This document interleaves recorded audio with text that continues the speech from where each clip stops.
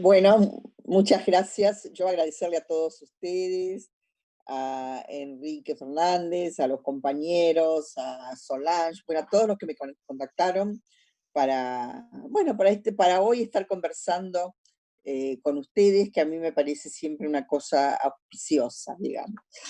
La idea, digamos, la propuesta es hablar de formación continua y hablarlo desde muchos puntos de vista, o sea, hablarlo como docentes de formación continua, como estudiantes de formación continua, para ubicarnos en qué contextos o cómo se empieza a, eh, o cómo se redefine o empieza a adquirir un nuevo significado la formación continua también en tiempos de no de pandemias, pero en tiempos de cuarentena, de aislamiento social, de distancia social, y cómo esto puede ser un recurso muy interesante para ser puesto a punto.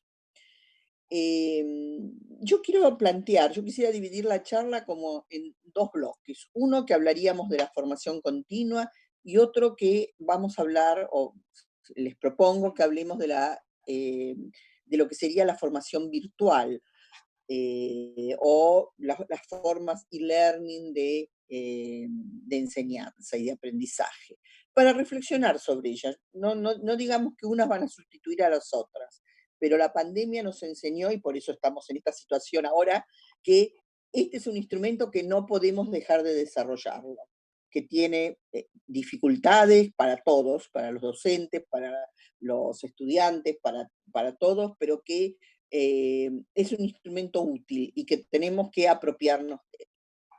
Entonces, por un lado, la formación continua empieza a tener relevancia y a ser considerada por organismos como la UNESCO, que tienen su especialización, que es el organismo de Naciones Unidas especializado en educación, por la OIT, empieza a ser hace 30 o 40 años que empiezan a decir, miren, ya no vale solo la educación formal, el primario, el secundario, los terciarios, la universidad. Cada vez más las formaciones, la formación profesional y la formación a lo largo de la vida, que se adquiere en múltiples contextos, que se adquieren en los contextos de trabajo, en los contextos, digamos, en distintos contextos sociales, que no necesariamente es el contexto áulico, el contexto de las aulas. Y en esto es interesante porque creo yo que la educación virtual nos desenfoca del contexto áulico, y eso nos cuesta mucho, a todos, a los docentes también nos cuesta, ¿no? Entonces, ¿qué nos encontramos? Nos encontramos que en los últimos 30, 40 años empieza a haber un contexto internacional de gran incertidumbre. Estamos en una nueva fase de globalización, en una nueva fase donde las economías se transnacionalizan, donde las actividades comerciales tienen una intensidad fuertísima, donde se generan cadenas internacionales de valor y de suministro. Fíjense que ahora en la pandemia, cuando se rompen estas cadenas de suministro, Francia y Alemania se quedan sin barbijos, una cosa absurda porque sería muy fácil producirlos. Sin embargo, se producían todos en China y entonces no se tenía en ese momento disponible, ¿no? O no tenían, en la industria alemana, hoy estuve en un seminario con gente de Alemania que nos decían, bueno, hay un 25% de la industria no puede ponerse en pie porque no tienen suministros, porque los suministros vienen de China, vienen de otros países que están todavía aislados, y el comercio exterior, no hay intercambio a este nivel. Entonces, fíjense cómo han cambiado las cosas, que pueden ser coyunturales, pero que marcan de alguna manera cómo se va a reorganizar el mundo económico y productivo en los próximos años. ¿Para qué? Para no tener estos baches si llegara a presentarse situaciones de pandemia similar. Pero no dejemos tapar todo por la pandemia. La pandemia es gravísima y nos va a ocasionar una situación, sobre todo en lo laboral, interesante que la discutamos en determinado momento, porque va a haber cambios fuertísimos y hay cambios que no hay que dejarlos pasar porque viene para una flexibilización, viene para una serie de cosas donde puede afectar gravemente a los trabajadores. Pero estamos en el marco de una, claramente, de esta pandemia nos pone, de alguna manera, resalta todos los niveles de injusticia que hay y todos los niveles de desigualdad que tenemos. Entonces, yo siempre digo que muchas veces dice, ah, no, el virus es para todos. Bueno, no es para todos. Es más para algunos que para otros. Afecta más a los pobres que a los ricos que pueden salvarse y pueden ir a clínicas especiales. Afecta más a quien vive hacinado que al que vive en situaciones de mayor eh, calidad de vida. Entonces, lo que quiere decir esto, que estamos en una situación muy particular, pero no nos olvidemos que hace 3 meses hablábamos del cambio tecnológico, hablábamos de cómo estábamos en cambios tecnológicos de tercera y cuarta generación y cómo estos cambios tecnológicos iban a afectar el mundo del trabajo en términos de empleo y en términos de calificaciones. Entonces es importante que no nos olvidemos, porque no era un tema de moda hablar del futuro del trabajo, era un tema de una realidad que estaba instalada y que ahora se va a articular muy profundamente, muy seriamente, con esta nueva reformulación que se va a dar en el mundo, producto de la crisis profunda que nos trae, la crisis productiva y económica profunda que nos trae la pandemia. O situaciones de crisis sanitarias como fueron estas. Entonces, ¿y por qué entonces la formación continua? Porque en realidad, digo, uno podría decir, bueno, pero en este marco, ¿por qué tenemos que atender a la formación continua? Bueno, precisamente porque la formación continua es un instrumento muy útil precisamente para volver a trabajar y profundizar las calificaciones de los trabajadores, mejorar las calificaciones, darles mayores oportunidades y mejores oportunidades de trabajo y de inserción laboral o de carrera profesional si las tienen. Entonces, fíjense ustedes que el tema de la formación continua es la posibilidad que está disponible en todos los trabajadores, porque la educación formal es algo que se hace en determinado momento de la vida, que se hace en la infancia, en la adolescencia, en la juventud, etcétera. Algunos tienen materias pendientes y continúan estudiándolo, digamos, haciendo universidad o doctorados o no sé qué, ya de más adultos, pero de todas maneras, lo que sí existe en formación durante a lo largo de la vida es la formación continua, son todos los cursos de actualización que se hacen pensando en mayor desarrollo personal, en mayor desarrollo profesional, en mejores posibilidades de vida y también porque se puede pensar desde el individuo, desde el trabajador, o se puede pensar también desde la economía de un país. La economía de un país necesita gente calificada, gente que avance en sus conocimientos y en su disponibilidad de creatividad, de una serie de cosas. Entonces, la formación continua interesa a los gobiernos, en primer lugar, interesa a los sindicatos para proteger, que son realmente los dos actores más fuertes de la formación continua, por lo menos en nuestro país, han sido algunas veces las políticas públicas, a veces, porque no todos los gobiernos han sostenido esto, pero digamos, los gobiernos que se dan cuenta que es un instrumento muy importante de sostenimiento del empleo, no crea empleo la formación continua, lo que crea son oportunidades de mejora, que son cosas distintas. Y los sindicatos, que es la forma que tienen también de proteger al trabajador y de hacerlo crecer.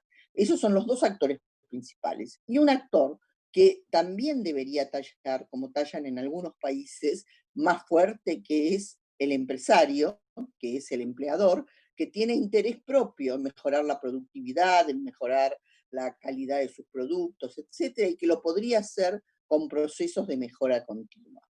pero no siempre el empresario es un inversor en la formación de su personal. Son pocos los empresarios o hacen formas de capacitación laboral muy acotadas y muy simples, digamos. Es más, son formas adaptativas. Por eso, en general, desde las políticas públicas y desde los sindicatos, se busca trabajar en esquemas de formación continua que sean de mayor profundidad que la mera capacitación laboral puntual.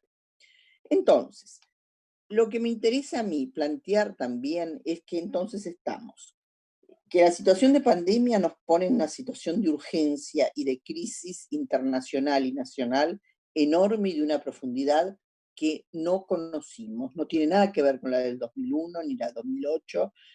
Estamos más cerca de la crisis del 29 y del 30, la gran crisis, la gran depresión, que de esas crisis más recientes.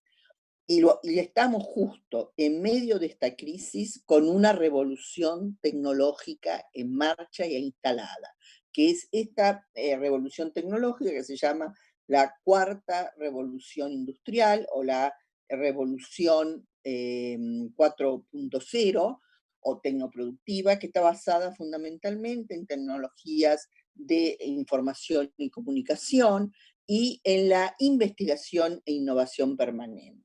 Se basa en inteligencia artificial, en robótica, en Internet de las cosas, en la impresora 3D que puede llegar hasta ser, bueno, desde que armó, como ustedes vieron, ciertas máscaras de protección, hasta puede fabricar paredes de una casa, ¿no? Se usa hasta en la construcción, la impresión 3D, la nanotecnología, formas de automatización, biología, etcétera. Entonces, todo esto está produciendo un cambio en las calificaciones, que la forma de abordarla es a través de la formación continua y no, digamos, sin otra cosa. Cada una formación continua adecuada a cada sector de actividad, a cada situación específica que van a tener que abordar. Entonces, como yo les decía, en los últimos 30 años estaba todo el proceso de globalización en marcha y todas las formas de revolución tecnológica, fue la tercera onda y la cuarta onda que nos toma a partir de los años 2000, que es la más fuerte y la más profunda, ¿no? Ahí es cuando los sistemas educativos perciben, primero, que necesitan, digamos, es solo para poner en contexto, pero ¿por qué hubo reformas educativas en la década del 90 y en la década después del 2000 y tenemos la Ley de Educación Nacional del 2006? Precisamente porque en todo el mundo se advirtió, y nuestro país en eso acompañó desde temprano, la idea de que había que volver obligatoria la educación. Primero fue progresiva, pero luego fue, digamos, ofrecer una oferta. Se compromete el Estado a ofrecer una oferta formativa para garantizar que haya educación primaria y secundaria, para que todos los niños, niñas y adolescentes puedan tener 13 años de escolaridad, con un año inclusive de preescolar, porque el año de preescolar es un año de aprestamiento, de puesta a punto muy importante. Entonces, ¿y por qué se ve esto? Se ve porque la educación se la ve como un derecho básico y como un derecho que permite el desarrollo, tanto el desarrollo humano y el desarrollo productivo y el avance hacia el trabajo decente también. Entonces, tanto la UNESCO como la OIT son organismos que van a propiciar todo lo que sea, primero, la formación, la educación formal obligatoria y luego la formación a lo largo de la vida a través de estas formas de capacitación que lo que se insiste, y esto sería para otro encuentro, es que cada vez más esté articulada y reconocida, o sea, que no sean cursos que solo tengan un certificado dado por una institución, sino que haya una entidad pública, y eso es una larga lucha que venimos teniendo desde el Ministerio de Trabajo y desde otros lugares públicos, para que eso también sea reconocido como ciertos niveles de que esa certificación no sean certificaciones dadas únicamente por una institución, sino que tenga un reconocimiento nacional o que tenga niveles de certificación de competencias o que tengan, en fin, formas de articulación con todo el sistema formal. Pero eso es una larga lucha, los sistemas son más resistentes de lo que nosotros pensamos y el sistema educativo, a pesar de tener una visión sumamente contenedora, también es muy resistente como sistema y no siempre acepta estas cosas. ¿Qué pasa con esto de la formación continua? Resulta que la formación continua es algo muy interesante y piénsenlo ustedes como con su misma experiencia de vida. Digamos, los únicos, digamos, yo les dije que había tres agentes, el Estado con las políticas, nuestro país es muy importante la labor que hacen los sindicatos, quien es un actor muy activo en todo lo que es formación profesional y formación a lo largo de la vida, y el tercer actor, con menos importancia, es el empleador. Pero hay una cosa interesante, mientras que en general, las políticas públicas tienden a que sean una actividad contracíclica. ¿Qué quiere decir esto? Cuando el ciclo económico es depresivo, se va para abajo, o sea que hay menos empleo, el Estado intenta invertir más en educación y en formación profesional. ¿Y por qué es esto? Porque está preparando a las personas para una mejor inserción laboral en el futuro cuando empieza el ciclo económico a ascender.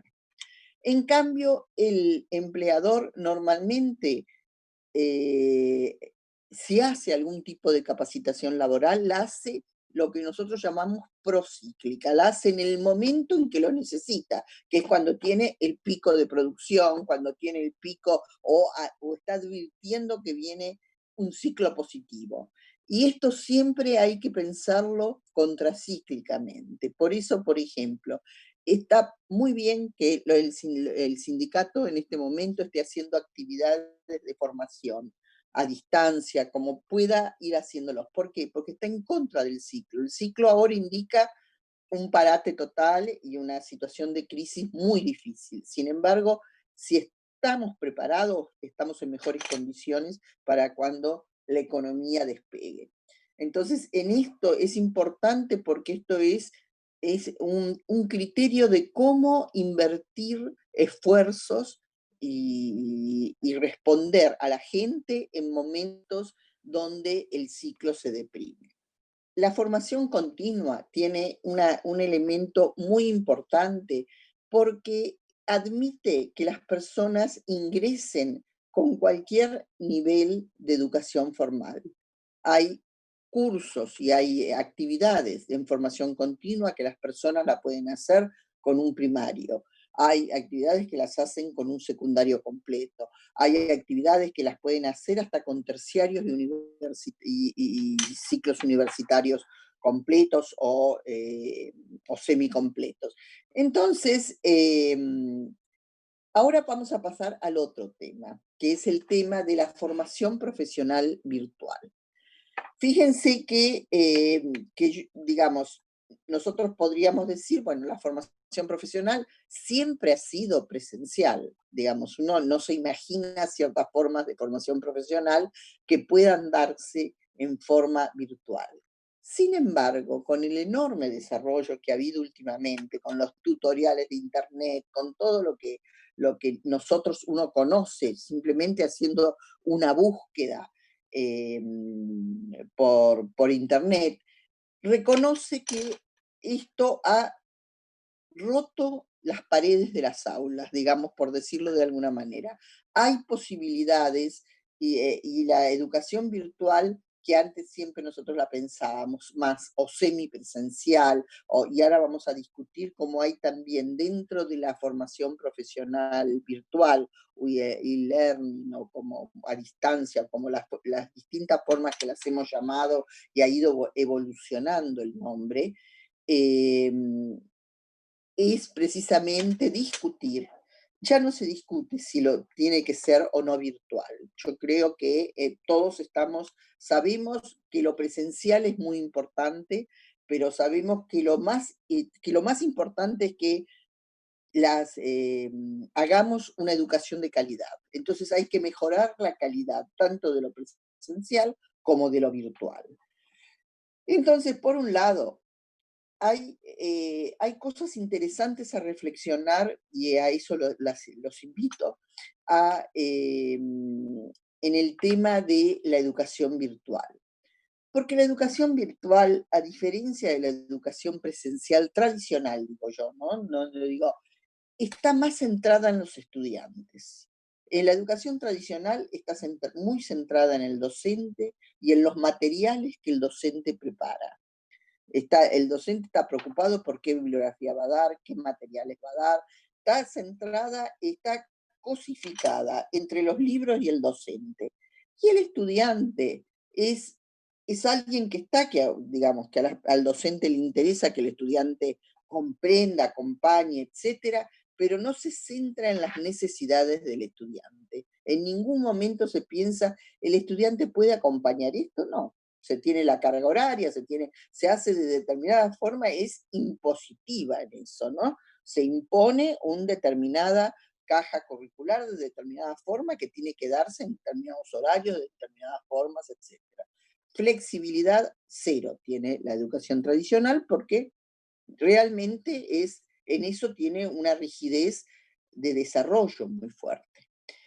Entonces, la educación virtual, precisamente porque el estudiante está, él o la estudiante está en esta relación de virtualidad, está centrada en el estudiante. Interesa que el estudiante capte y se desarrolle, e interesa mucho, está muy pendiente de la evaluación permanente de cómo está siendo llevado el proceso de aprendizaje. Está centrada, y ahora lo vamos a analizar, en las actividades. Se planifican las actividades y no se planifica tanto la lectura en sí mismo. La lectura se da, pero ¿qué actividades voy a hacer con el estudiante para que aprenda más? En eso tiene mucho que ver con la formación profesional, porque la formación profesional siempre planteó el tema de la actividad y la práctica, ¿no? La acción, la toma de decisiones, el presentarse problemas, el resolver problemas. Bueno, la educación virtual también se centra en la actividad de resolver problemas. Entonces, en eso tiene una proximidad muy grande con la formación profesional.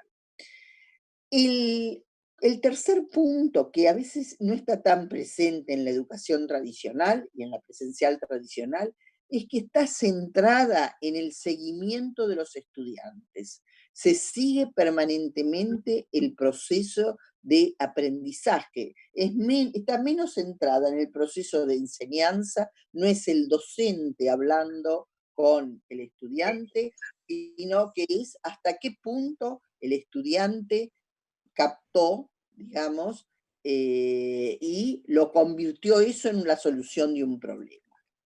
Y por otra parte, lo que tiene que hacer el profesor o el docente, es olvidarse de la sala de aula, porque en realidad está en un espacio diferente y en un contexto diferente. Y ese es un esfuerzo muy grande para el docente, realmente, porque tiene que olvidarse de algo que siempre fue lo que lo contuvo de alguna manera. Entonces, la educación a distancia lo que tiene que garantizar es que puede usar o no tecnología, pero estamos pensándola con tecnología actual, ¿no? Lo más importante es que tiene en esto, que está centrada en el estudiante, tiene que garantizar la autonomía del estudiante. El estudiante tiene que, la estudiante tiene que saber trabajar autónomamente, leer, manejarse con todo el material, con una autonomía donde el docente no está al lado acompañándolo. Tiene una intervención que la va a tener en preguntas, en foros, ya vamos a ver todos los mecanismos, pero no está en el día a día con él. Entonces, esto necesita del estudiante una autonomía enorme. Hay que saber crear esta capacidad de autonomía. el otro pilar es el plan docente. El plan docente es el plan de actividades que tiene. Entonces ya no es tener una bibliografía, sacar la fotocopia, presentar el tema. No, es qué actividades voy a hacer en torno a conceptos, desarrollos, etcétera, porque es la actividad y la resolución del problema el que le permite al alumno hacer el aprendizaje significativo. El aprendizaje en que la persona, significativo es el aprendizaje en que la persona se da cuenta, esto sirve para tal cosa, este concepto que estoy aprendiendo me sirve para resolver tal tipo de problema. Bueno, ahí es cuando hace ese clic, cuando hacemos ese clic, es que entendimos para qué estamos estudiando lo que estudiamos. Y esto puede ser en cualquier nivel, hasta en filosofía puede ser. Puedo estar haciendo un estudio filosófico y de repente darme cuenta que un determinado concepto de los más profundos y del que sea, digamos, de epistemología, de lo que fuera, decir, pero esto me sirve para distinguir entre lo verdadero y lo falso, me sirve para distinguir, es un tipo de razonamiento que me sirve, bueno, cuando uno se da cuenta de eso, es que ha hecho un aprendizaje significativo. El otro plan es la interactividad que va a tener el alumno con otros, ¿no? ¿Cómo va a ser, cómo van a ser sus intercambios? Porque el aprendizaje virtual no significa que el otro no existe. Una educación virtual necesita un acompañamiento permanente, un monitoreo permanente de los estudiantes en el sentido de ver si se ha producido el proceso de aprendizaje. Entonces, vimos el tema de la personalización, cómo significa flexibilidad y cómo, porque sabemos que los profesores y los estudiantes no van a coincidir en el espacio y en el tiempo. Vimos lo del plan docente, vimos el tema de la interactividad, de los materiales didácticos y del sistema de evaluación. Voy a decir voy a decir tres cosas, que hasta ahora, en general, en, el, en Argentina se ha avanzado, digamos, en modelos de aprendizaje virtual que podríamos reconocer de tres generaciones. En la primera generación, que fue a los primeros que se hicieron, en general se estaba centrado en el material didáctico. Ustedes van a ver que si ahora preguntan en mucha gente, si estamos virtualizando estamos volviendo lo que era formato papel, lo estamos virtualizando, dicen, o lo estamos digitalizando, lo estamos... Entonces, pero esto es un primer momento, digamos, en donde se vuelve digital los contenidos de los libros, se trabaja con audioconferencias, se trabaja con videos, conferencias, digamos, pero es como es un material que todavía no intenta entrar en el desafío mismo de lo que es una enseñanza virtual. Pero es un paso. En este momento que la pandemia nos aplastó a todos, o el hecho de estar en cuarentena, digamos, nos puso en situación de mucho aislamiento y todo lo demás, muchos hicieron esta primera generación de lo virtual. La segunda generación de lo virtual es el que está centrado en el aula virtual. Está más centrado, todavía no es lo último, y hay entornos virtuales de aprendizaje. ¿Qué es esto? Los famosos campus que hay, ¿no? El hecho de tener interactividad a través de email, de foros, de discusión, se utiliza internet, hay materiales en línea, se trabaja con video streaming, bueno, hay todo un manejo de lo virtual mucho mayor a través de Internet, ya se abandonó la idea solo de los materiales digitales, pero no es lo único, eso entra en el repositorio, en todo lo demás, pero lo principal es el entorno virtual de aprendizaje, pero aún estamos en un modelo áulico. Todavía el modelo del aula está muy presente. Y el tercero, hacia el cual hay que ir, que es más difícil, digamos, todo uno, es fácil decir hacia ahí, hay que ir hacia ahí, pero después hay que construir ese camino, ¿no? Es un modelo más centrado en la flexibilidad y en la participación. ¿Qué quiere decir esto?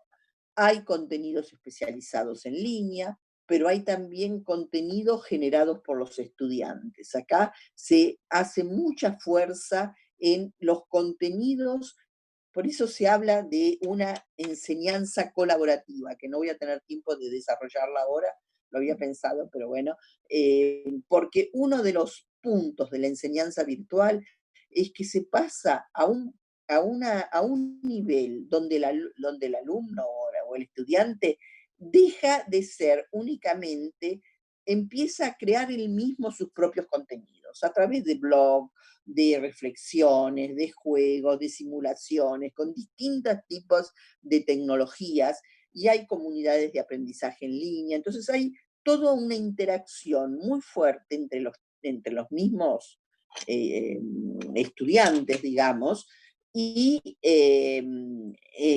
esto es lo que genera todo un conocimiento particular. Y esto es utilizar, por supuesto, instrumentos virtuales, desde el teléfono hasta los juegos y todo. Y por último, y ya esto cierro porque me comí una parte igual, pero no importa.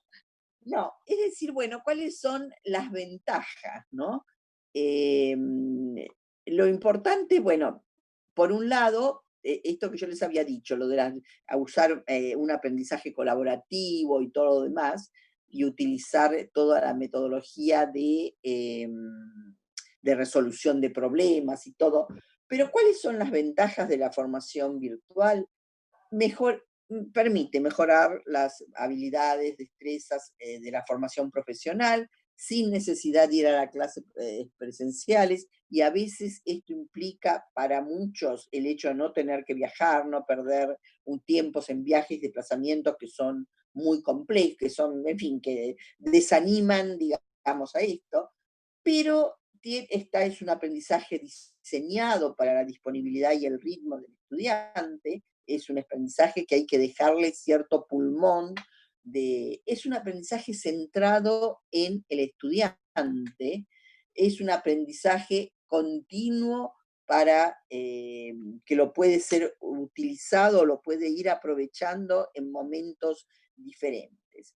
¿Cuáles son las desventajas? Bueno, la ventaja es todo esto siempre y cuando sepamos crear un entorno de aprendizaje donde haya interactividad, ¿eh? Esto tiene que quedar claro, que la interactividad es esencial porque es lo que da la carne a cualquier aprendizaje. Uno aprende discutiendo con los pares y con el profesor, pero también con los pares, ¿no?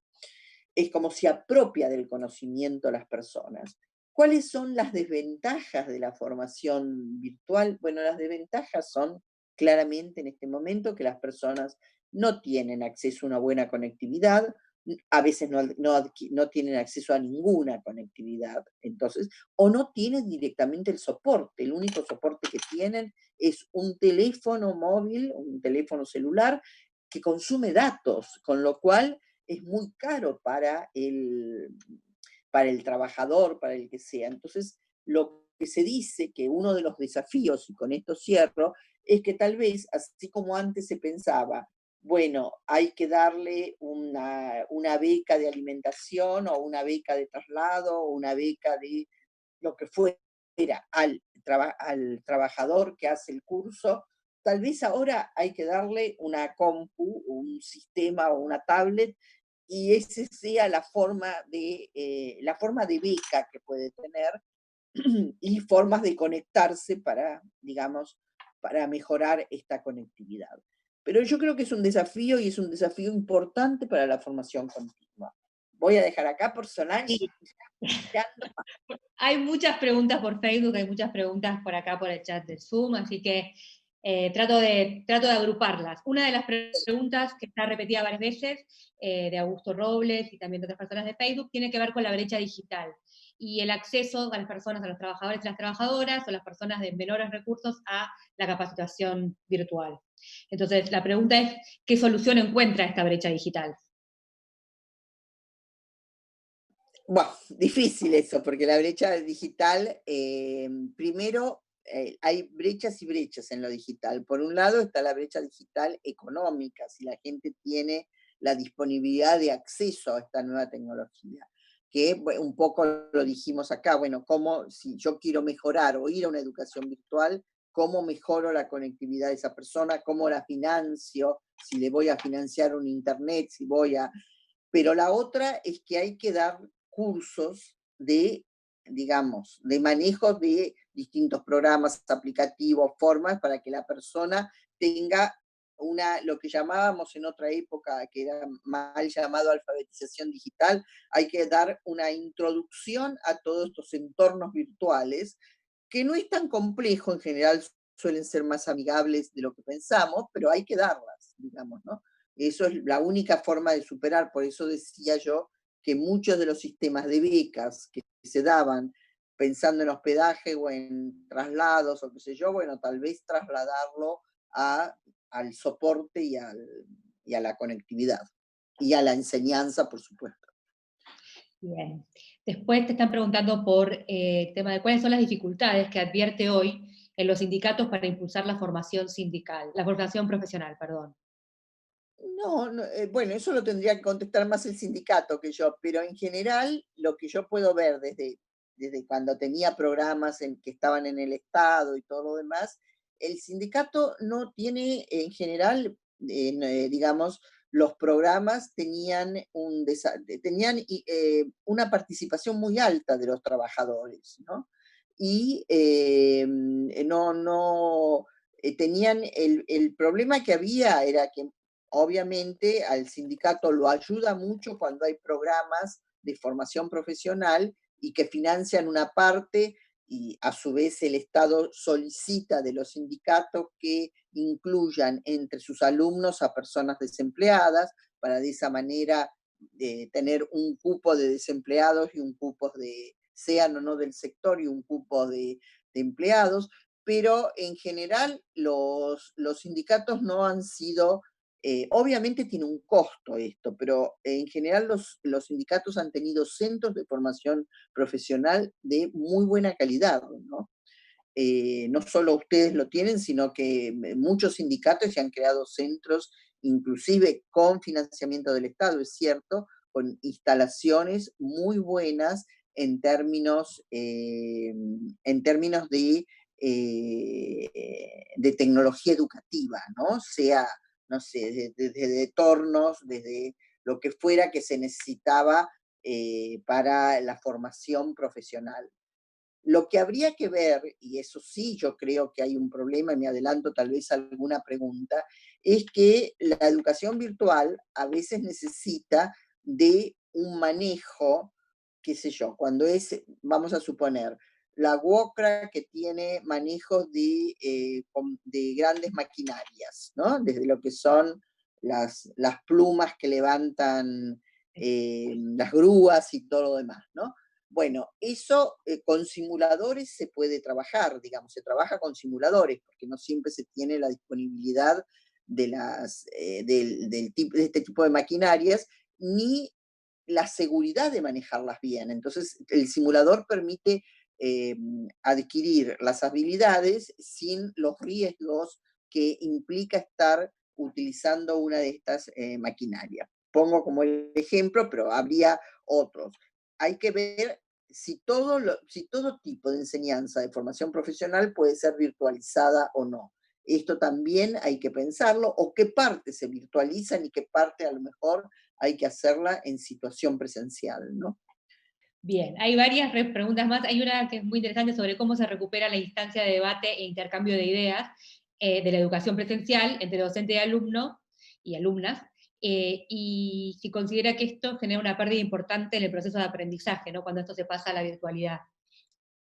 Bueno, es que no, es que yo creo que no se niega eso. A ver, uno puede pasar a la virtualidad y conservar instancias de contacto, porque lo virtual, digamos, de última generación, no es igual a lo que era el trabajo a distancia, donde las personas hacían las cosas y se encontraban cada 2 o 3 veces en el año para, digamos, intercambiar, pero todo era un trabajo muy solitario del alumno o del estudiante. En la educación virtual permite primero, todo el intercambio que se tiene por foros, por lo que significa el campus y lugares más abiertos, pero también propicia encuentros menores que se encuentren por Zoom o por la plataforma que sea entre los estudiantes, que haya espacios de consulta de los estudiantes con el docente o los docentes. O sea, no está negado esto. Hay que normalizar, hay que establecer horarios y cosas y todo lo demás, pero no es una cosa que no existe esta discusión. No existe el contacto físico, pero esto no impide la discusión. Ustedes inclusive, los que hemos estado en esta situación de cuarentena y que estamos todavía, hemos tenido, bueno, no solo uno tiene muchas horas de Zoom por día, digamos, sino que inclusive hasta se tienen contactos y charlas tanto o más intensas que las presenciales, digamos, ¿no? En el sentido de poder hablar hasta cosas, hasta personales o cosas más de mayor dificultad y se produce, digamos, no es que, que eso no está. De todas maneras, obviamente, lo presencial tiene un plus muy grande, pero yo creo que el tema es saber crear el entorno de aprendizaje, ¿no? Me parece más que es un tema de creación del entorno y, y acabar con lo unidireccional que a veces tiene la enseñanza, ¿no? Donde hay alguien que emite y el otro que escucha. Volver al diálogo, ¿no? Bien, Sí. con respecto a esa pregunta, dicen, me gustó eso de que hay cosas que pueden enseñarse en la virtualidad y otras que no. ¿Cuáles serían esas cosas que se podrían enseñar y cuáles no en la virtualidad? Me interesa saber qué piensas sobre esto. Y por otro lado, con esto de la virtualidad, preguntan desde Marte, desde el Facebook, ¿cree que esta nueva revolución desarticula las carreras masivas que culturalmente se creían que eran más pertinentes para nuestros hijos e hijas? No, no me parece. A ver, voy a tratar de contestar las dos preguntas. En cuanto a las carreras masivas, depende, porque, por ejemplo, si yo me voy a una carrera masiva, como es en este momento la carrera de medicina, que es una de las que tiene más matrícula en la Universidad de Buenos Aires, obviamente no se va a poder virtualizar todo, porque la persona necesita contacto con el paciente, necesita otro tipo de cosas que lo virtual no lo puede dar, digamos, ¿no? Entonces habrá ciertos aspectos, a lo mejor más teóricos o más, pero hay ciertos aspectos de diagnóstico, del contacto con el paciente. De paso estoy respondiendo un poco a la primera pregunta también, que se va a tener, digo, no se puede virtualizar todo. Hay otras que no, porque por ejemplo las materias más de base, como pueden ser química, matemática, biología, no sé qué, todo lo que no tenga laboratorio lo pueden hacer perfectamente. Lo que ya necesita una práctica de laboratorio, obviamente que no, porque el estudiante no va a tener esa posibilidad en la casa. Lo mismo lo puse en el caso de si yo estoy haciendo una formación en manejo de grandes maquinarias, de maquinarias que remueven tierra, como se usa en minería o en construcción o qué sé yo, obviamente puedo trabajar con esquemas de simulación, que se podrá tal vez trabajar con distintos software a control remoto, pero en algún momento tendré que hacer la práctica efectiva con la máquina y con las distancias que la máquina tiene y con las formas que la máquina tiene. Entonces, yo creo que son métodos combinados. Ahora, si yo voy a hacer, por ejemplo, todo lo que sea lengua extranjera, lo puedo hacer virtual perfectamente, digamos, porque hasta puedo poner distintos profesores con distintos acentos, distintas cosas para identificar y todo demás. O sea que se podría perfectamente, digamos, hacerlo. Y con sistemas de corrección y todo demás. Entonces depende, digamos, a lo mejor unas materias como en facultades masivas, como puede ser derecho, a lo mejor hasta llegar hasta las prácticas jurídicas, mucho se podría hacer virtual o económicas, ¿no? Entonces eso hay que, digo, por eso uno no puede decir todo se puede virtualizar. No, yo creo que todo no se puede virtualizar, que hay que combinar los sistemas, pero que hay algunas que son más susceptibles de virtualización, y que esto también sirve de alguna manera para llegar más masivamente, ¿no? Porque se tiene más oportunidad. Ahora, atención, esto, y estamos hablando en un sindicato, esto implica una reformulación de la carrera docente, porque el docente tiene que aprender esto, tiene que saber desempeñarse virtualmente, tiene que aprender cómo la didáctica, la pedagogía, las distintas formas de lo virtual, que es distinto de lo presencial, obviamente. Estamos pensando con alumnos adultos, entonces esto que ustedes en una pregunta me hicieron de cuál es la formación, o sea, no solo necesita la conectividad, la computadora o la tablet o lo que fuera, sino también necesita un curso de iniciación importante para manejar esta, esta, mm, la virtualidad y el soporte tecnológico de la virtualidad. Entonces, nada, creo que son todas cosas que, bueno, que hay que pensarlas, ¿no? Digamos, cómo hacerlas, pero estamos en un momento bisagra, ¿no? De la historia. Entonces, yo creo que también, y esto reformula mucho los roles docentes, muchísimo los reformula.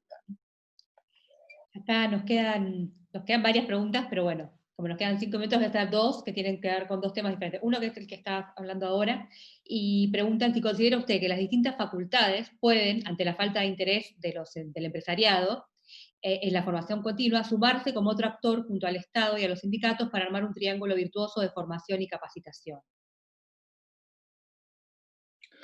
Sí, a ver, yo creo que eso lo pueden hacer las facultades, y de hecho lo están intentando, digamos, pero también están en un proceso parecido al de ustedes, ¿no? En el sentido de ustedes, quiero decir, ustedes también tienen un campus virtual y todo lo demás.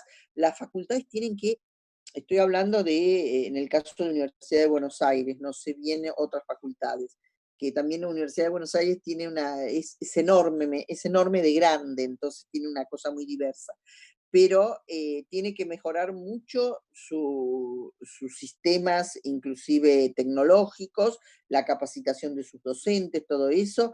Hay interés, por ejemplo, en este momento hay un interés particularmente de las secretarías de extensión universitaria, que son las secretarías que se dedican a hacer actividades con la comunidad, que no son solo cursos, digamos, para graduados o para gente interna de la facultad o alumnos de la facultad, sino para la comunidad, o sea, como se hace en formación continua y en formación profesional, y entonces habría posibilidades de apoyo, sí, por supuesto, y hay algunas facultades que tienen más digo, a ver, hay algunas universidades, como es la Universidad Tecnológica, que siempre ha tenido cursos de apoyo y todo ese tipo de cosas, y tiene la posibilidad de virtualizar mucho.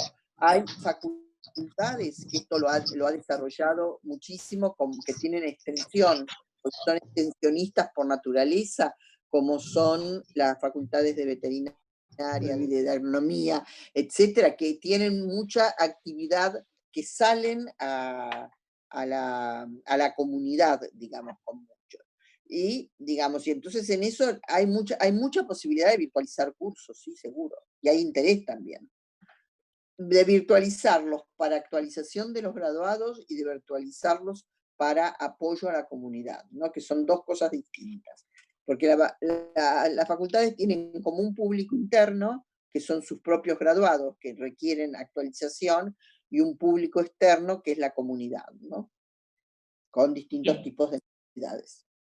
Bien, y las últimas dos preguntas que tienen que ver más con los y las alumnas y alumnos es cómo lograr el compromiso del estudiante y el compromiso en el estudio en estos tiempos de pandemia, por un lado, y por el otro lado, cuáles serían las herramientas virtuales para poder hacer que desarrolle autonomía, que los estudiantes y las estudiantes desarrollen autonomía. A ver, no hay, ¿cómo fue la respuesta? La respuesta fue bastante buena de los estudiantes. Bastante buena, ¿qué les quiero decir? Eh, digamos, cometiendo una infidencia. Los docentes tuvieron dificultad cuando se les dijo, bueno, hay que virtualizar, hay que atender a todos a través del campus, un campus que tenía muchas limitaciones, por otra parte, nuestro por lo menos. Eh, bueno, en un, al principio adhirieron un 80% más o menos, un 75-80%, y después acabaron adhiriendo cuando vieron que ya se venía la noche y que no se levantaba la cuarentena. Ahí llegaron más o menos a un 90% de gente de profesores que dijeron, bueno, está bien, yo me propongo virtualizar y veo cómo lo hago y qué sé yo. Pero quiero decir esto, porque esto implica también una resistencia del profesor, ¿no? Porque el docente tiene que cambiar su modalidad. No es lo mismo llevar sus apuntes, dar su clase tradicional y qué sé yo, que estar grabando, que estar viendo como, digamos, utilizando los distintos recursos que se tienen. ¿Cómo reaccionaron los estudiantes? Fue una situación compleja porque también el hecho de que no se decía hasta qué punto, cuándo se levantaba la cuarentena, entonces siempre estaban esperando volver a lo presencial y entonces les costó al principio engancharse. Pero en general también se podría decir que un 80% se enganchó y se enganchó bien. Pero el estudiante está acostumbrado más a lo virtual en el sentido de que están permanentemente con los teléfonos y digamos con las tablets, y hay un 10 o 15% de los estudiantes que tienen dificultades, inclusive hicimos como una especie de encuesta, porque o no tienen medios tecnológicos excepto el teléfono, y esto es algo que se puede encontrar también en la población trabajadora en general, hay un 15% que no tiene o que lo tiene compartido, va a la casa y tiene que esperar que el hermanito termine de hacer la clase virtual y el papá está trabajando a distancia y la mamá vendiendo no sé qué cosa. La cuestión no tiene disponibilidad de tiempo, de un tiempo razonable para entrar y ver todo el material que lo tiene virtual, ver todo el material. Entonces también tenemos que adaptarnos a eso, ¿no? Esto fue una cosa que nos sumergió de golpe, digo, no pensábamos, el 13 de marzo no pensábamos esta situación, entonces estábamos iniciando alegremente nuestras clases presenciales. Entonces, metidos en la situación, nos dimos cuenta de todas las limitaciones que había. Pero aún así se pudo sortear con resistencias de ambas partes, con resistencias docentes por un lado y con resistencias de los alumnos, no resistencia de los alumnos no tuvieron tanto resistencia, sino que, y no se bajaron, no hubo deserción. Eso es muy interesante porque de los grupos de 40, ¿no? Digo, lo que habían en las comisiones, a lo mejor 3 o 4 se bajaron al final, pero no hubo una deserción masiva, digamos, ¿no? Pero, digo, también es cierto que es una situación muy particular, habría que ver cómo se enganchan. Lo que dicen ustedes después de cómo, bueno, aquí hay que tener instrumentos hay que proponer muchas actividades, hay que proponer un retorno permanente de materiales. Nosotros tenemos, digamos, y nosotros hacemos clases por Zoom una vez por semana, digamos. O sea que hay un acompañamiento más allá del campus, hay un acompañamiento cara a cara, digamos, que esto es importante, porque la idea es que no es lo virtual que uno lo deja suelto en el espacio, uno va acompañando. ¿Cómo crea autonomía? Que fue la otra pregunta, que es la pregunta del millón, no es tan fácil dar una receta de creación de autonomía, pero básicamente la creación de autonomía se da a través de darle no la solución, sino como la búsqueda de investigación, porque en realidad las nuevas formas de enseñanza buscan que los chicos sepan, los chicos, los adultos, no los chicos, sepan buscar la información, integrarla y con eso dar eh, debatir una solución de un problema o debatir los distintos aspectos que puede tener un problema. Entonces, el problema es que lo básico es que el adulto, la persona que está estudiando, sepa recortar el problema y ver cuáles serían las distintas formas de abordarlo. Entonces, eso da autonomía. Si él pudo buscar las distintas formas de abordarlo, si él pudo analizar cuáles podían ser las distintas variantes de solución. Esa es la idea. La autonomía se crea con un espíritu de investigación, digamos, que es muy distinto del espíritu memorístico, del espíritu de memorizar algo, todo, lo cual no quiere decir que no haya que memorizar cosas, aprender cosas, ¿no? En algún momento esos procesos se dan, pero sobre todo las metodologías nos tienen que llevar a eso.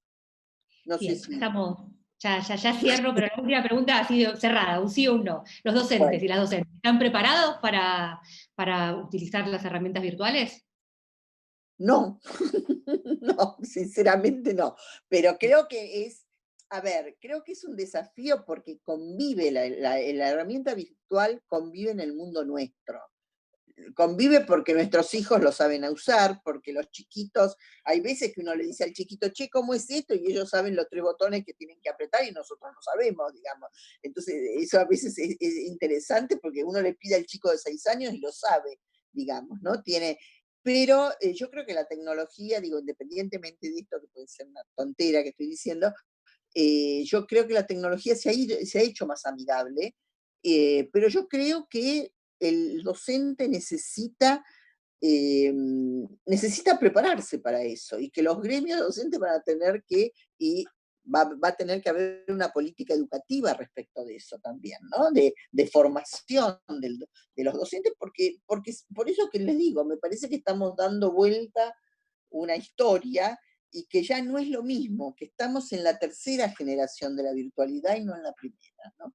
Y muchos nos hemos quedado en la primera, o los que más avanzaron hacia la segunda. La tercera hay muy pocos. Muchísimas gracias por este tiempo que nos diste, por tus explicaciones, por la riqueza de la explicación y de los conceptos que vertiste, que realmente nos sirvieron muy bien a todos y nos ubicaron seguramente en un tema tan nuevo y que nos agarró a todos de improviso, como el tema este de la tecnología, que tuvimos que aprender de golpe, ¿no? Por este tema que se nos vino sin pedir permiso y se metió en todos los lugares, ¿no? Así que bueno, realmente muchísimas gracias y agradecerte, bueno, como siempre, la cercanía que tenés con nosotros. A disposición de ustedes, me encanta.